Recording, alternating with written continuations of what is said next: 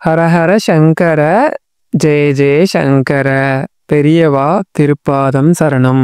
நான் எவ்வளவோ மந்திரம் சொல்றேன், ஆனா என் கஷ்டம் மட்டும் தீரல, எனக்கு பலனே கிடைக்கல அப்படின்னு நினைக்கிறவங்க பெரியவா சொன்ன இந்த சூட்சமமான நாள்லையும் நேரத்திலையும் ஒரே ஒரு முறை மந்திரம் சொன்னா கூட கோடி முறை என் மந்திரம் சொன்னா என்ன பலன் கிடைக்குமோ அந்த பலனை மந்திரத்தை சொன்ன உடனே உங்களுக்கு கொடுக்கும். உங்களோட 21 தலைமுறையில என்ன கர்மா இருந்தாலும் அது உடனே போகும். நீங்க என்ன வேண்டுறீங்களோ வேண்டுதல் உடனே நிறைவேறும். அப்படி ஒரு சூட்சமமான நாள் இருக்கு, ஒரு நேரம் இருக்கு. இந்த நேரத்துல நீங்க மந்திரம் சொன்னா மந்திரம் பலனளிக்காதவங்களுக்கு கூட, பெரிய பெரிய கர்மா இருக்கவங்களுக்கு கூட அது சித்தியாவது மட்டும் இல்லாம சொன்ன உடனே பலனளிக்கும். அப்படி ஒரு ஆச்சரியமான விஷயத்தை தான் இந்த பதிவுல பார்க்க போறோம். வாங்க பதிவுக்குள்ள போலாம். பொதுவா சிலருக்கு சில சந்தேகம் இருக்கும். எனக்கே ஃபர்ஸ்ட் இந்த சந்தேகம் இருந்தது. என்ன அப்படின்னா, மந்திரங்கிறது ஒரு வார்த்தை இல்லையா, ஏதோ ஒரு கடவுளோட பேரோ இல்லை ஒரு வார்த்தையோ தான். இது எப்படி நம்மளோட பண பிரச்சனையோ இல்லை நம்மளோட கஷ்டத்தையோ நம்ம வேலையில் இருக்க பிரச்சனையோ தீர்க்கும்? இதுக்கு எப்படி சக்தி இருக்கும்? இப்படி சிலருக்கு சந்தேகம் இருக்கு. நிறைய பேர் அதை கேட்டிருந்தீங்க. எனக்கு இருந்தது. நான் +2 படிக்கும்போது எனக்கு இந்த எண்ணம் இருந்தது. ஏன்னா நான் ஒரு கோவிலுக்குலாம் போவேன், வழிபாடுலாம் பண்ணுவேன். அப்போ கூட ஸ்ரீராம ஜெயெல்லாம் எழுதுவேன்.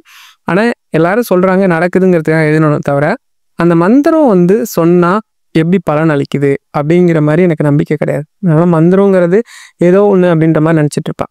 நிறைய பேருக்கு இதே சந்தேகம் இருக்கலாம். ஏன்னா நான் ஒரு கஷ்டத்துக்கு ஒரு மந்திரம் சொல்கிறேன், ஒரு குறிப்பிட்ட நேரத்தில் சொல்கிறேன். இது சாத்தியமா? உண்மையிலேயே இது சாத்தியம். அறிவியல் பூர்வமாக சில விஷயம் இருக்குது. நான் சில விஷயத்த சொல்கிறேன். நீங்கள் அதுக்கப்புறம் நம்ம இதில் ஒவ்வொன்றையும் பார்த்துட்டு மந்திரத்தை எப்படி சொல்லணும், எந்த நேரத்தில், அது குறிப்பிட்ட நாள் இருக்குது, அந்த குறிப்பிட்ட நாளில் ஒரு குறிப்பிட்ட நேரம் இருக்குது. அதில் நம்ம சொல்லும்போது அதோட சக்தி அளப்பரியது. நம்மளால் அப்படி ஒரு சக்தி நீ இதுங்கிட்டு உணர்ந்திருக்கவே மாட்டீங்க. அப்படி சரி, நான் +2 படிக்கும்போது பக்கத்தில் காட்டுமன்னார் கோவிலில் இருக்கிற சிவன் கோவிலுக்கு பிரதோஷத்துக்கு போவேன். என்னோட கிளாஸ் டீச்சர் பாரிவல்லல் அவர் தவறி போயிட்டார் சார், ரொம்ப நல்லவர். அவர் எங்கள் எல்லாரையும் ஸ்கூல் முடிஞ்சவொடனே வரணும்னு சொல்லுவார். அதேமாரி அப்போ பிரதோஷம் முடிஞ்சவொடனே பெண்கள் எல்லாம் சேர்ந்து கந்தசஷ்டி கவசம் சொல்லிட்டு இந்த பிரதோஷ காலத்தில் ஒரு மாதிரி சுத்தணும் இல்லையா, பிரதோஷத்தில் கோயில் அவ்வளோ வருவாங்களா, அப்படி வந்துட்டு இருக்கும்போது நான் கந்தசஷ்டி கவசம் நிறைய தடவை கேட்டிருக்கேன். இதனால அவ்வளோவெல்லாம் டீப்பாலாம் கேட்க மாட்டேன். அப்படி இருக்கிறப்ப அதில் சில வரிகள்லாம் வரும். அந்த வரிகள்லாம் கேட்குறப்ப ஏதோ பிரிண்டிங் மிஸ்டேக்னால அப்படி படிக்கிறாங்களா, இல்லை தப்பாக எதுவும் படிக்கிறாங்களா, இப்படி எதுக்கு இந்த மாதிரி வார்த்தைகள்லாம் வருது அப்படின்னு எனக்கு தோணுச்சு. இது எல்லாருக்கும் தோணும். அப்படி தோணுனப்ப நான் யோசித்தேன், இது ஏதோ தப்பாயிடுச்சு போல இருக்கு, சரின்னு விட்டுட்டேன். ஆனால் உண்மை அது கிடையாது.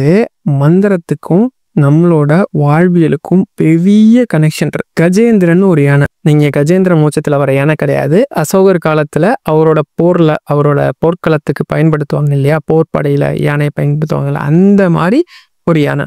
ரொம்ப சின்ன வயசுலேயே அந்த யானையை பழக்கிறாங்க. எப்படின்னா ரொம்ப குட்டி போட்டதுலேருந்தே அதுக்கு போர் முரசு கொட்டி போர்க்களத்தில் கொடுக்கக்கூடிய பயிற்சி தான் கொடுப்பாங்க. அப்படியே கொடுத்துக்கிட்டே இருக்காங்க. அது நல்லா மற்ற யானையை விட அழகாக ட்ரெயின் ஆயிடுது. அந்த கஜேந்திரன் கலந்துக்கிட்ட எந்த போர்லையுமே தோல்வியே கிடையாது. அப்படி இருக்கும். அது மற்ற யானையை விட கொஞ்சம் உயரம், ரெண்டாவது நல்ல தடிமனாக இருக்கும். அதனால் அவ்வளோ சீக்கிரம் அதை வீழ்த்த முடியாது. இப்படி இருக்கிறதுனால சீக்கிரமே ஜெயிச்சிருவாங்க. ஒரு காலத்தில் அசோகர் போரே வேணான்னு சொல்லி போர்க்களத்தில் மக்கள்லாம் இறந்து ரத்தாறு ஓடுறதை பார்த்துட்டு புத்த மரம் தழுவிட்டார். நிறைய பேருக்கு தெரியும். அப்படி இருக்கிறப்ப போரை நிறுத்திட்டாங்க இல்லையா. இப்போ யானைகள்லாம் பராமரிக்கிறாங்க. அப்படி பராமரிக்கிறப்ப போருக்கே போல. இது என்ன ஆயிடுச்சுன்னா கொஞ்சம் வயசாயிடுச்சு. அப்போ ஒரு ஏரியில் யானைக்கு தண்ணி, ஏன்னா மேய்ச்சல் அடுத்து தண்ணி கொடுக்கணும் இல்லையா. தண்ணி கொடுக்கும்போது ஏரியில் தண்ணி குடிச்சிட்டு இருக்கும்போது வயசு காரணமாக சகதியில் வச்ச காலால் எடுக்க முடியல, உள்ளே மாட்டிக்கிச்சு. அதை எடுக்க முயற்சி பண்ணி இன்னும் அதாவது சகதி உள்ளே போய்கிட்டே இருக்கு.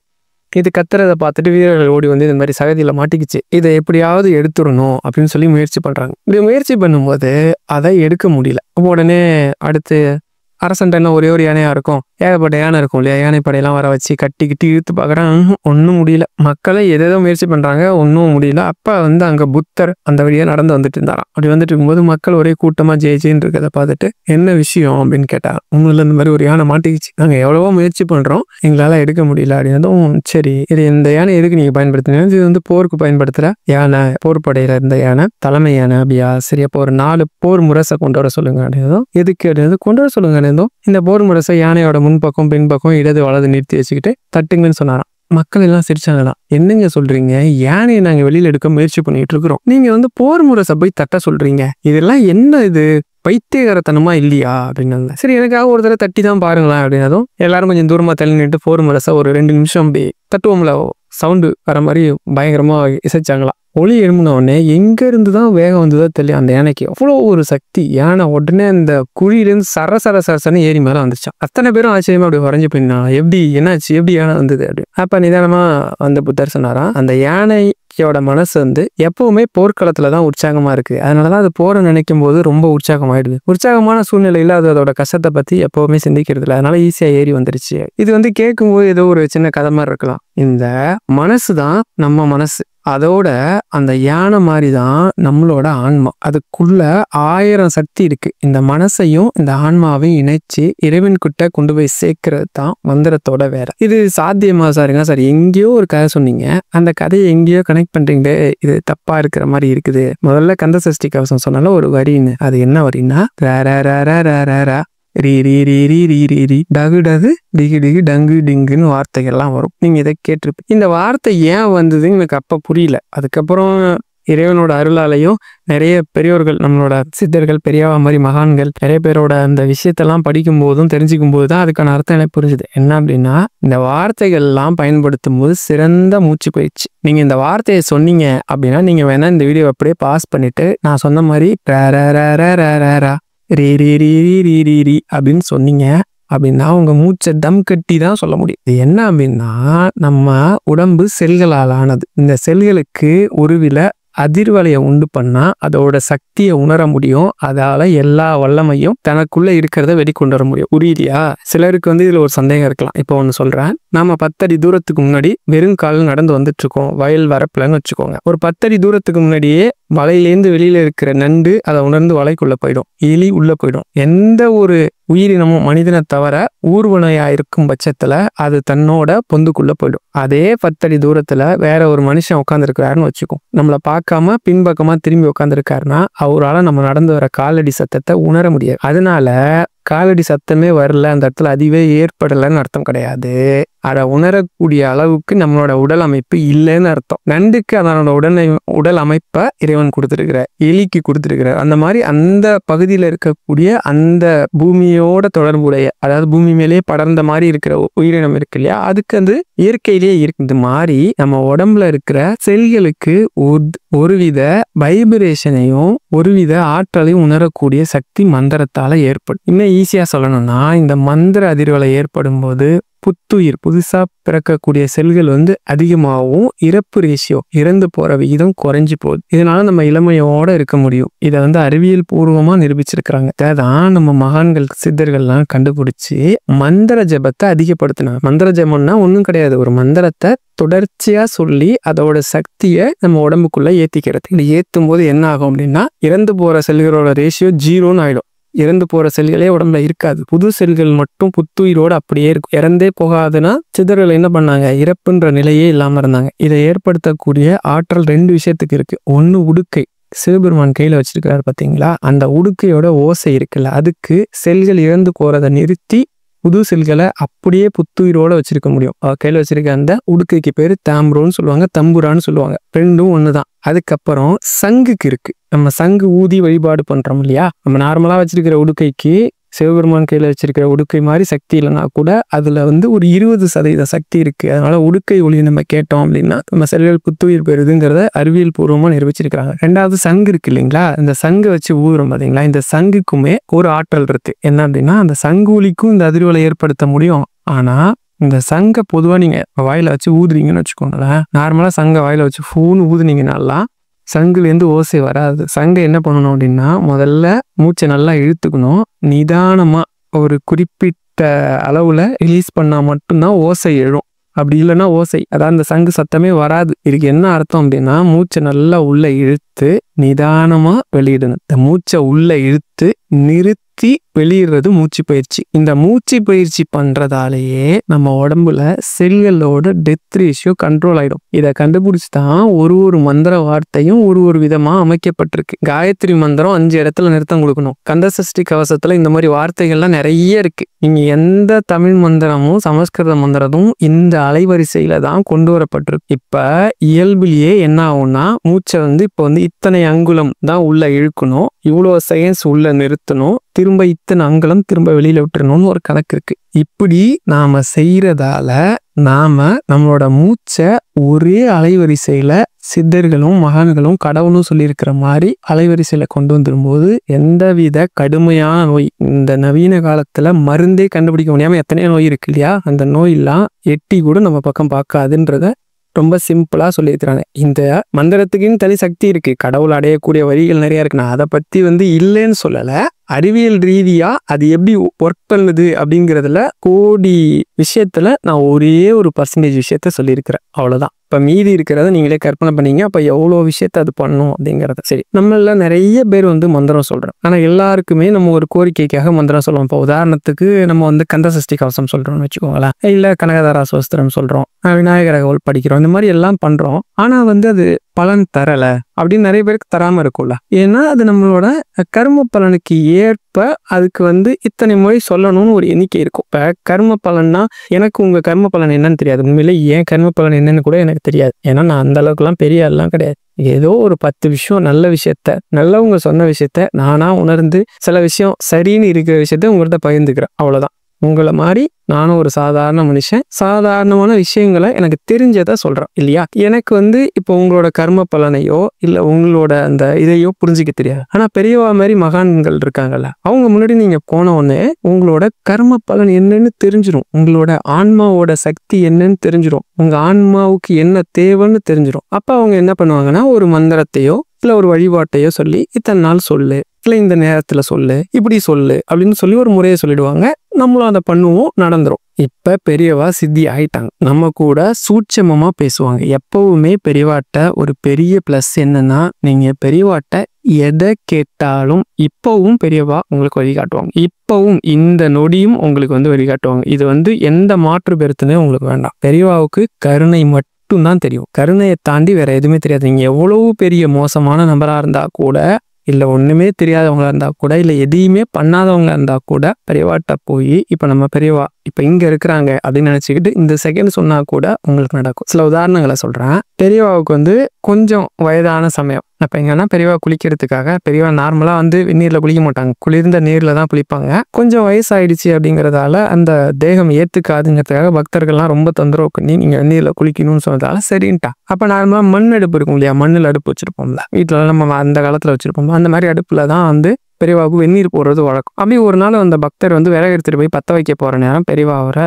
கூப்பிட்டாங்களாம். எப்பயுமே ஒரு இடத்துல உட்காந்துருப்பாங்க பெரியவா, அப்படி மரத்துல உட்காந்துருக்காச்சுலேருந்து அந்த தொண்டர் அவரை கூப்பிட்டு இந்த மாதிரி இங்க வாடா அப்படின்னதும், என்ன பெரியவா அப்படின்னு, இல்ல இன்னைக்கு அடுப்புல பத்த வைக்க வேண்டாம், அந்த இரும்பு அடுப்புன்னா அது நார்மலா ஒத்த அடுப்பு மட்டும் வச்சிருப்போம். சிலர் பேர் இரும்புல அடுப்பு வச்சிருப்பாங்க. அந்த காலத்துல 4 ஊக்கு மாதிரி இருக்கும், அது மேல கீழே விறகு பத்த வைக்கிறோம், அதுலயே வச்சிடுறா அப்படின்னதும் கூப்பிட்டு இன்னொருத்தரை கூப்பிட்டு அவனை கூப்பிட்டு வைக்க சொல்லு அப்படின்ட்டாங்க. இப்ப என்னன்னா, முதல்ல விறகு எடுத்துட்டு போன நபர்கிட்ட வேணான்ட்டாங்க. ரெண்டாவதா ஒரு ஆளை சொல்லி அவரை போய் பத்த வைக்க சொல்லிட்டாங்க. இப்ப இவருக்கு என்னன்னா ஒரு தயக்கம். பெரியவா குளிச்சு இழிச்சு முடிச்சுட்டு எல்லாருக்கும் தரிசனம் கொடுத்துட்டு சாப்பிட்டு ஓய்வா இருக்க நேரம் இவர் ரொம்ப மனசு உடைஞ்சு போய் நிக்கிறார். ஏன்னா ஏதோ தப்பு பண்ணிட்டோம் போல இருக்கு, ஆச்சார குறைவு ஏதோ நடந்துருச்சு போல, அதான் பெரியவா நம்ம வேணான்ட்டு அவரை வைக்க சொல்லிட்டாருன்னு சொல்லி இவர் ரொம்ப வருத்தத்துல இருக்கிறார். அப்படி ஒரு முகத்தை பார்த்தவொடனே பெரியவாவுக்கு தெரிஞ்சிருச்சு. என்னடா ஏன் ஒரு மாதிரி இருக்குங்க வா அப்படின்னு கூப்பிட்டவொடனே, இல்ல பெரியவா நான் என்ன அப்படி தப்பு பண்ணேன், எனக்கு உங்களுக்கு தொண்டு பண்றதுதான் எனக்கு பெரிய சந்தோஷம், ஏன் என்ன அடுப்பு பத்த வைக்கணும்னு சொல்லிட்டீங்க, இந்த மாதிரி அவரை கூப்பிட்டு பத்த வைக்க சொன்னீங்க அப்படின்னதும் அப்ப 2 விஷயம் சொன்ன. ஒண்ணு என்ன அப்படின்னா,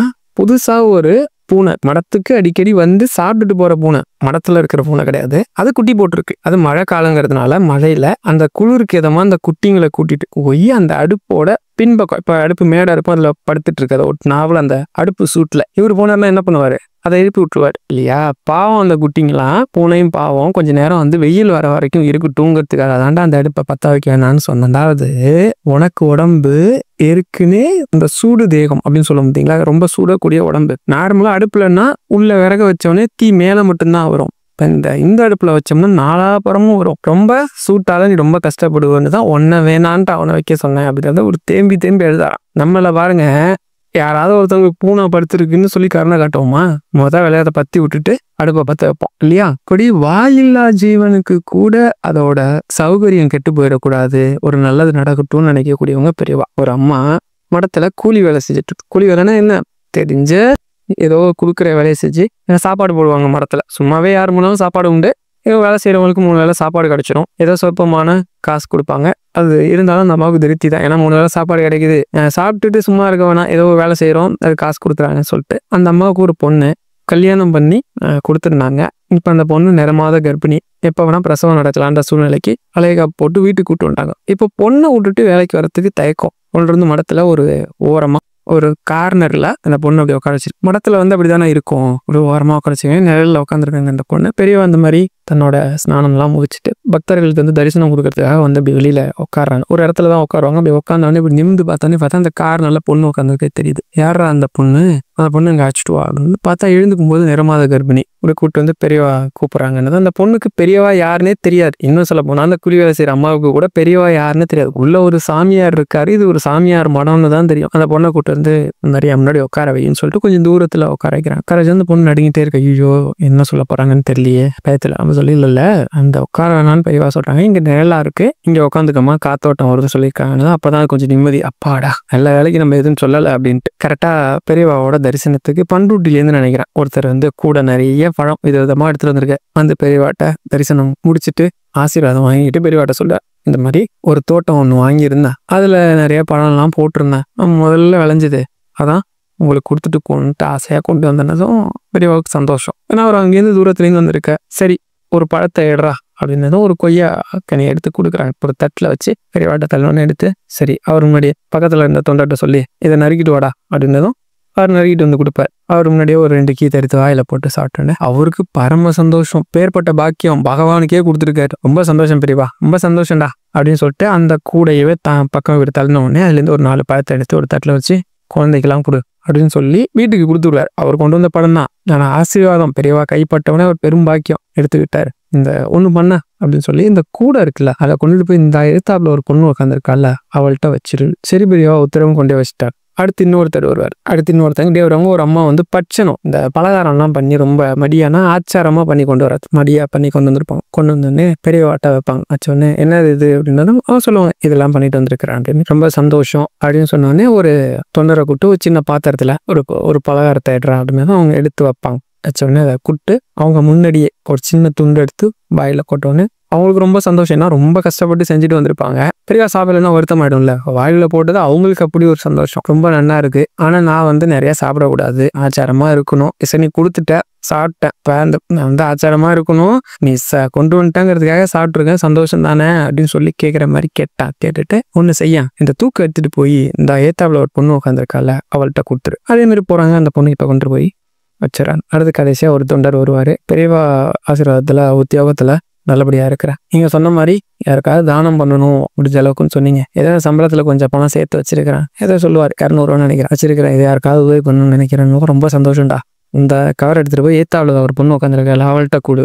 அவரும் ரொம்ப சந்தோஷமா பெரியவா சொன்னா சரி எல்லாருக்கும் கொண்டு போய் கொடுத்தோடனே இப்ப அந்த பொண்ணுக்கு இந்த பதார்த்தங்கள்லாம் ஏன் முன்னாடி வைக்கிறாங்கன்னு தெரியாது. இந்த கவரை கொண்டு ஏன் அவர் கொடுத்தாருன்னு தெரியாது. அவங்க அம்மா வேலையெல்லாம் முடிச்சுட்டு வந்தோடனே பெரியவா அவங்களை கூப்பிடுறாங்கன்னு அந்த அம்மாவுக்கு பயம். ஐயோ என்னமோ சொல்ல போறாரு, திட்ட போறாரு போலருக்கு அப்படின்ட்டு உள்ள வந்தோடனே சாமி பெரியவா என்னன்னு கேட்கவே இல்லை. அதுக்குள்ள அந்த அம்மா ஆரம்பிச்சிட்டாங்க. சாமி என்கிட்ட வசதி இல்லை, ஒரே பொண்ணு, தனியா விட்டு வரதுக்கு மனசு இல்லை, நேர மாசமா இருக்கா, அதான் கூட்டிட்டு வந்தேன், எதுவும் நினைச்சுக்காதீங்க, எதுவும் திட்டாதீங்கன்னதும் பெரியவா சொல்லியா, மடத்துல எவ்வளவு நாளா வேலை செய்யறேன், நான் ஒரு 2-3 மாசமா செய்யறேன் சாமி. சரி வருமானம் எல்லாம் கரெக்டா கொடுக்குறாங்களா, சம்பளம் கொடுக்குறாங்க சாமி, சரி இனிமே அந்த பொண்ணு டெலிவரி முடிஞ்சு அவ ஆத்துக்கு போற வரைக்கும் நீ வேலைக்கு வர வேணாம் சாமி, அது இரு அப்படின்னு சொல்லிட்டு உனக்கு தினமும் வேலை செஞ்சா என்ன கூலியோ அது வந்துடும், 3 வேளையும் சாப்பாடு நீ சாப்பிட்டுட்டு போ, ஆனா உன் பொண்ணை பத்திரமா பார்த்துக்கிட்டு அவ ஆத்துக்கு அனுப்புற வரைக்கும் நீ வேலைக்கு வரக்கூடாது, முடிஞ்சுதான் வேலைக்கு வரணும்னா ரொம்ப உத்தரவு சாமி அப்படின்னு. அங்க போய் பார்த்தா பதார்த்தம் எல்லாம் அந்த பொண்ணு முன்னாடி இருக்கு, கையில பணம் இருக்கிறத பார்த்தா அந்த பொண்ணு சொன்னாங்களாம், இந்த மாதிரி இந்த சாமி தான் எல்லாத்தையும் என்கிட்ட கொடுக்க சொன்னாங்களாம் அப்படின்னு. ஓடி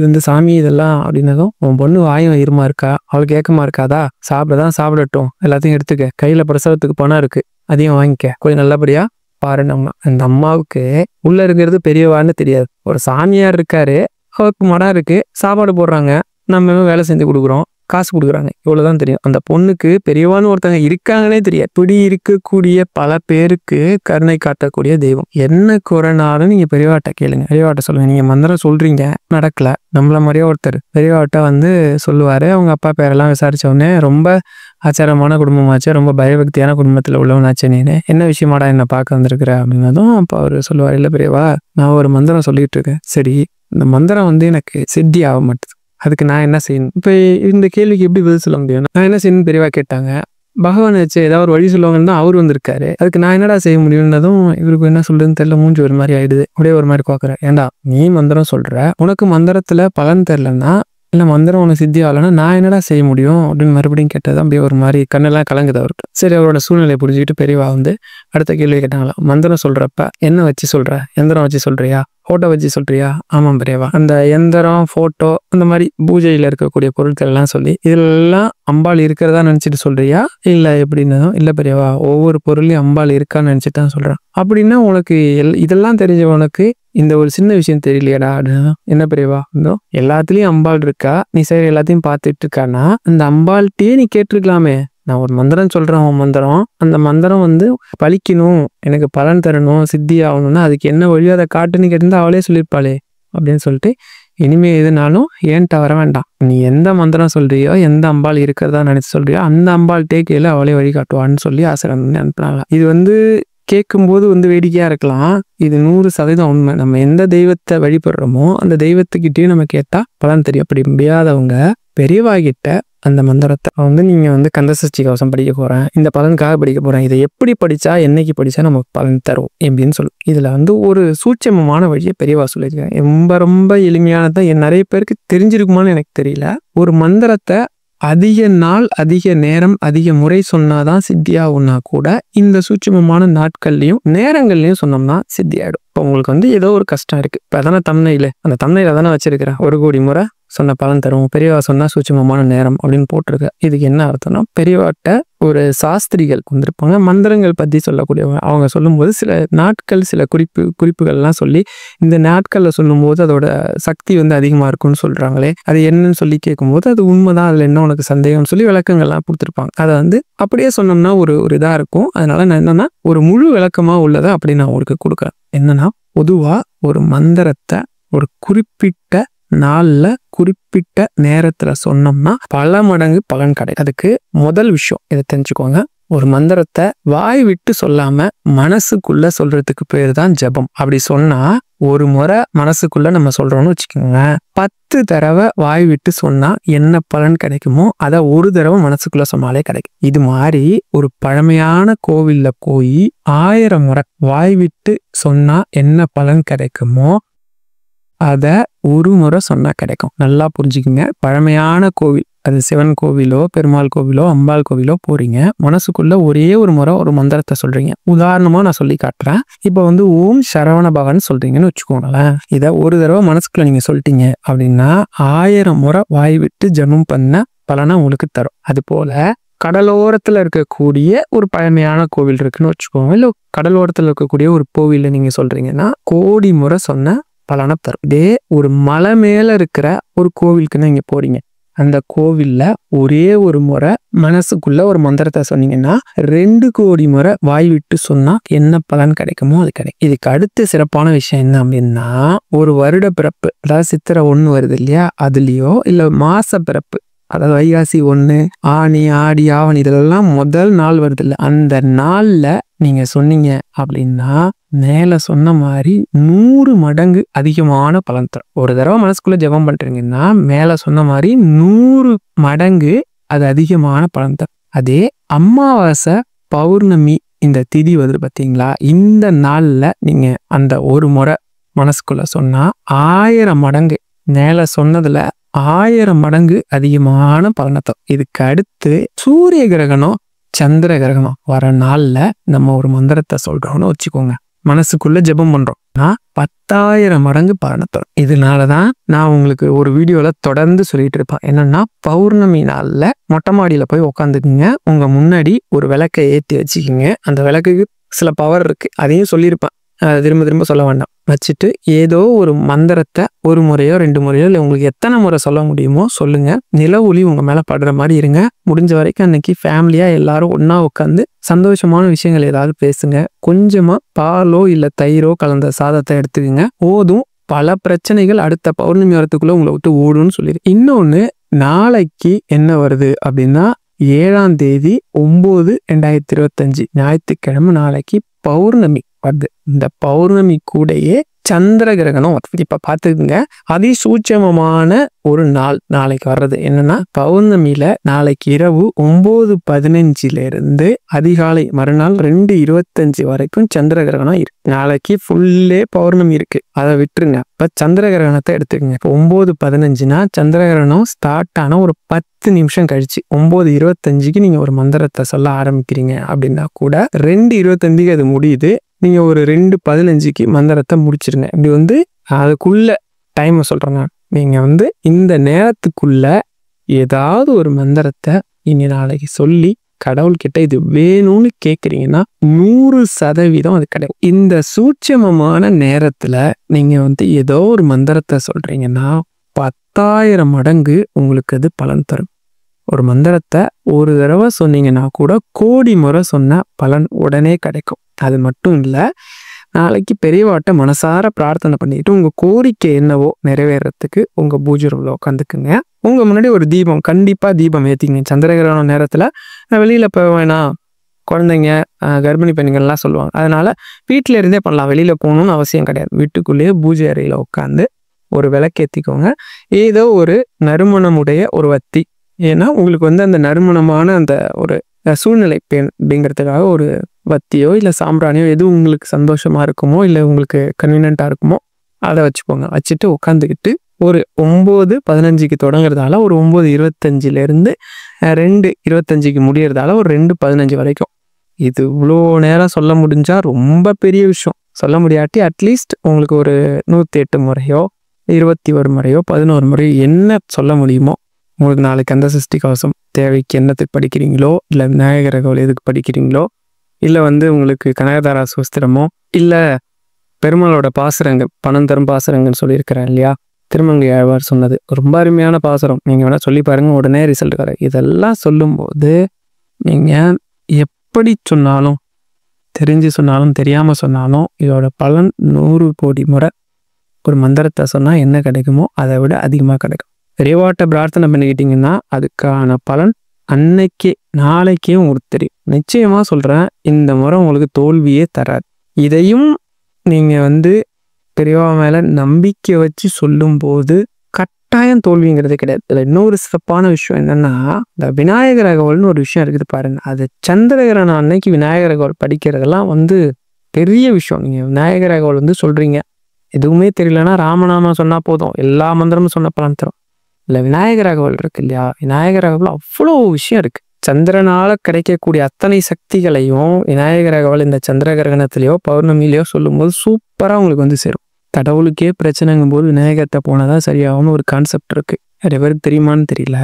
திருமால் அதாவது விஷ்ணு பகவான் தன்னோட சக்கரம் ஒரு இடத்துல சக்தி இழந்து போனதால இவர்கிட்ட சிவபெருமான்கிட்ட ஒரு சக்கரம் இருக்கும். அதை வாங்குறதுக்கு திருமழிசை அந்த ஸ்தலத்துல போயிட்டு கேட்பார். என்ன கேட்பார் அப்படின்னா, இந்த மாதிரி சலந்தரனை 2ஆ பிறந்த சக்கரம், சுதர்சன சக்கரம் முட்டை இருக்குல்ல, அதை கொடுங்க அப்படின்னு கேட்ட உடனே அதையும் கொடுத்துருவார். நான் இந்த கதையை ஒரு நாள் பெருசா சொல்றேன், இதில் நீ ஷார்ட்டா ஒரு விஷயத்துக்காக சொல்றேன். கொடுத்துருவாரு. கொடுத்த உடனே என்ன ஆகும் அப்படின்னா, வீரபத்ரன் இருக்கார் இல்லையா, வீரபத்ரன் ஒரு கடவுள் இருக்காரு, நீங்க கேள்விப்பட்டிருப்பீங்கன்னு நினைக்கிறேன். இந்த வீரபத்ரரை ஒரு சமயம் இவர் சுதர்சன சக்கரத்தால தாக்க வேண்டிய சூழ்நிலை வரும். அப்படி வரும்போது அவர் என்ன பண்ணியிருப்பார் அப்படின்னா, உடம்புல எலும்பு கூட மாலையா போட்டிருப்பார். சிவபெருமானோட இன்னொரு ரூபம் அவரை இவர் தாக்க வேண்டிய சூழ்நிலை வரும். சுதர்சன சக்கரத்தை ஒரு கையிலேருந்து ரிலீஸ் பண்ணுவாங்க. இந்த சுதர்சன சக்கரம் அவரை தாக்கிறதுக்காக போகும்போது ஒரு உடம்புல போட்டிருக்கிற அந்த மண்டையோடு மாலையில ஒரு மண்டையோடு வாயை திறந்து அந்த சுதர்சன சக்கரத்தை முழுங்கிடும். இப்ப சக்கரம் வாய்களை மாட்டிச்சு. இப்பதான் அவருக்கு அந்த விஷயம் புரியும். உடனே சிவபெருமான்கிட்ட சொல்லி அந்த சக்கரத்தை வாங்கணும்னு சொல்லிட்டு இவர் என்ன பண்ணுவாரு, திருமால்பூர், எங்க காஞ்சிபுரம் பக்கத்துல ஒரு ஊர் இருக்கு, அங்க இருக்கக்கூடிய சிவபெருமான் கிட்ட போய் நிற்பார். எங்கேயும் இல்லாத ஒரு சிறப்பு இந்த ஊர்ல இருக்கு. என்ன சிறப்பு அப்படின்னா, நந்தி பகவானுக்கு முன்னாடி இங்க இவர் இருக்கார், விஷ்ணு பகவான் இருக்கார். விஷ்ணு பகவான் இந்த கோவில்ல கருட சேவைன்னு ஒரு சேவை இருக்கு, சிவனுக்கு கருட சேவை இருக்கு. அங்க போய் நின்று அவர்கிட்ட கேட்பாரு. கேட்ட உடனே அந்த விஷயத்த ஓகே பண்றதுக்காக இப்ப சிவபெருமான்ட்டு ஒரு விஷயம் வாங்கணும்னா என்ன பண்ணணும், கணபதி பூஜை பண்ணணும். பொதுவா வைணவத்துல ஒரு முறை இருக்கு, சைவத்துல இன்னொரு முறை இருக்கு. இப்ப சைவ முறைப்படி என்ன பண்ணணும், நேரா போனா இந்த மாதிரி விஷயங்கள்லாம் சக்சஸ் பண்ணணும்னா கணபதி கிட்ட போகணும். நீங்க காஞ்சிபுரத்துல இருக்க கோவில் போனீங்க அப்படின்னா அங்க விகட சக்கர கணபதினு ஒருத்தர் இருக்கார். நீங்க கொடிமரத்துக்கு முன்னாடியே இருக்காரு. நீங்க போனீங்கன்னா பாருங்க. அவருக்கு ஏன் விகட சக்கர கணபதினு பேர் வந்தது அப்படின்னா, இவர் போய் கேட்பார், இந்த மாதிரி சுதர்சன சக்கரத்தை மீட்டு கொடுக்கணும், அதுக்கு ஏதாவது வழியை காட்டுப்பா அப்படின்னு சொல்லி மாப்பிள்ளை தானே அவரு. மாமா போய் கேட்குறாரு, சரி மாமா செஞ்சிடறேன், கவலைப்படாதீங்க. அதுக்கு முன்னாடி நீங்க எனக்காக ஒரு விஷயத்த பண்ணுங்க. நீங்க வந்து மோகினி அவதாரம் எடுத்து ஆடும்போது அவ்வளோ அருமையா ஆனீங்கன்னு சொன்னாங்க. நீங்க வந்து மோகினி அவதாரம் எடுத்து நீங்க வந்து ஒரு நடனத்தை ஆடுங்க, நான் அதுக்குள்ள அப்பாட்ட சொல்லி அதை எப்படி வாங்கணுமோ வாங்கி தந்துடுறேன். அதாவது இவர் உடனே மோகினி அவதாரம் எடுத்து நடனம் ஆடுற. கூடையே யார் ஆடுறது? கணபதியும் ஆடுற. பொதுவாக நமக்கு தெரியும் அவர் என்னது, தொந்தி கணபதி நமக்கு பிடிச்சவர். அவர் ஆடும்போது எப்படி இருக்கும், தொந்தி வந்து லைட்டாக இப்படி ஆடுற மாதிரி இருந்துச்சு. ஆடினதை பார்த்ததும் வீரபத்ரன் அந்த ரூபத்தில் இருக்க சிவபெருமான் வந்து பார்க்குறாரு. எப்படி கணபதியும் இவங்களும் சேர்ந்து ஆடுறத அப்படி பார்க்கும்போது, கணபதி தொந்தியோட ஆடின குழந்தைங்கள்லாம் அப்படி ஆடினோடனே நம்ம சிரிப்போம்ல, அவர் ஆடுறது கொஞ்சம் சிரிப்பா இருக்கு பார்க்குறது. அப்படி சிரிச்சிச்சான். சிரிச்சிச்சான், இந்த எல்லா மண்டவோடும் வாயை திறந்துகிட்டு இருக்கு, சக்கரத்தை மூடிட்டு இருக்கு. அந்த மண்டவோடு என்ன பண்ணிடுச்சான், வாயை மூடிட்டு இருந்தது டக்குன்னு இப்படி திறந்தது, சிரிச்சிச்சான். சிரிச்ச உடனே என்னாச்சுன்னு சக்கரம் கீழே. இதான் தக்க சமயம்னு மோகினி ரூபத்தில் இருக்கிற விஷ்ணு கிட்ட சொன்னாராம், போய் இப்ப அதை சொல்லி எடுத்துக்காளி. அதனால கடவுளுக்கே சிக்கல்னா கூட கணபதி கிட்ட வந்தா ஒரு நொடியில முடிச்சு விட்டுருவாரு. ஏன்னா ஒரு புத்திக்கான கடவுள்னு சொல்லுவாங்க. இப்படி இந்த கதை வேற மாதிரிலாம் வரும். இப்ப விஷயம் அது இல்லை. என்னன்னா கணபதியோட சக்தி எப்படிப்பட்டது, அதுதான் விஷயம். அதனால விநாயகர் அகவல் படி. இந்த மந்திரம் தான் படிங்கன்னு நான் சொல்லலை, விநாயகர் அகவல் எல்லாரும் படிக்கணும். அர்த்தம் தெரியுது தெரியல, நான் வந்து ஒரு கொள்கைக்காக ஒரு கடவுளை கும்பிட்றதா அப்படிலாம் இல்லை. ஒருத்தங்க கேட்டிருந்தாங்க, இப்படி கடவுளை மாற்றிக்கிறது தப்பு இல்லையா? எல்லா கடவுளுக்கும் ஒரே சக்தி தான், ரூபங்களும் வடிவங்களும் தான் வேற வேற. கடல்ல போய் எல்லா நதியும் கலக்கிற மாதிரி இறைவன்கிறது ஒருத்தர் தான். பல ரூபங்கள்ல நமக்கு பிடிச்ச மாதிரி பிடிச்ச வடிவில் இருக்காங்க, அவ்வளவுதான். இதுல வந்து ஒரு சில ரூபங்களுக்கு ஒரு சில சக்திகள் அதிகப்படியா சொல்லப்பட்டிருக்கிறதால நம்ம அதையே பயன்படுத்துறோம். விநாயகருக்கு வந்து ஒரு விதமான அதிக ஆற்றல் இருக்கு. நாளைக்கு முடிஞ்சா விநாயகர் அகவல், கனகதாரா சோஸ்திரம், கந்தசஷ்டி கவசம், ராமநாமம், சந்திரசேகேந்திர சத்குரு அச்சர பாமாலை, பெரியம்பாவுக்கான சந்திரசேகேந்திர சத்குரு அச்சர பாமாலை, இது மாதிரி எத்தனை மந்திரம் உங்களுக்கு தெரியுமோ இல்லை எதை நீங்க வந்து வழிபாடு பண்ணணுமோ அந்த வழிபாடை எடுத்து பெரியவா அந்த சாஸ்திரிகளுக்கு இதை மாதிரி ஒரு விளக்கம் கொடுத்துருப்பாங்க. அதுல நிறைய விஷயங்கள் இருக்கும். அதுல ஒரு சில விஷயத்த மட்டும்தான் நான் இங்க சொல்லியிருக்கேன். இது மாதிரி பல அற்புதங்கள் இருக்கு. அதே மாதிரி பசு கொட்டகை, மாட்டு கொட்டகை இருக்குல்ல, அந்த பசு மாடு காலடி பட்ட இடம், பசு கொட்டகையில உட்காந்து நீங்க இந்த மந்திரத்தை சொன்னீங்கனாலும் இதே பலனை தரும். அதனால மந்திரம் எனக்கு பலன் தரல, வழிபாடு பலன் தரல, எனக்கு வந்து மற்ற விஷயங்கள் சிறப்பாக நடக்கலைன்னு நினைக்கிறவங்க கூட இந்த கிரகணங்கள் வர நேரத்தில் பண்ண, மாத பிறப்பு வருட பிறப்பு அன்னைக்கு சொல்லணும். ஒரு நாள் சொன்னா கூட அந்த ஒரு வருஷத்தும் நீங்க வந்து அந்த பலனை அனுபவிச்ச முடியும். அதனால நம்பிக்கையோட பெரியவா துணைக்கி வச்சுக்கங்க. அதை நம்ம சொல்லுவோம்ல, அவங்க தான் நமக்கு மாதா பிதா குரு தெய்வம் 4 நிலையிலையும் இருக்கக்கூடியவங்க பெரியவாவை துணைக்கு வச்சுக்கங்க. நீங்க தான் வரணும், நீங்க தான் எனக்கு செஞ்சு கொடுக்கணும், நீங்க தான் எனக்கு இதை வந்து சரியா பண்ணணும் அப்படின்னு சொல்லி கூப்பிடுங்க. கண்டிப்பா இன்னைக்கும் சூட்சம ரூபத்துல உங்க பக்கத்துல வந்து உங்களுக்கு என்ன தேவையோ அதை பண்ணி கொடுப்பாங்க. நிச்சயமா நீங்க இதுக்காக அது உங்க வாழ்க்கையில் நடக்கும். ஹர ஹர சங்கர, ஜெய் ஜெய் சங்கர.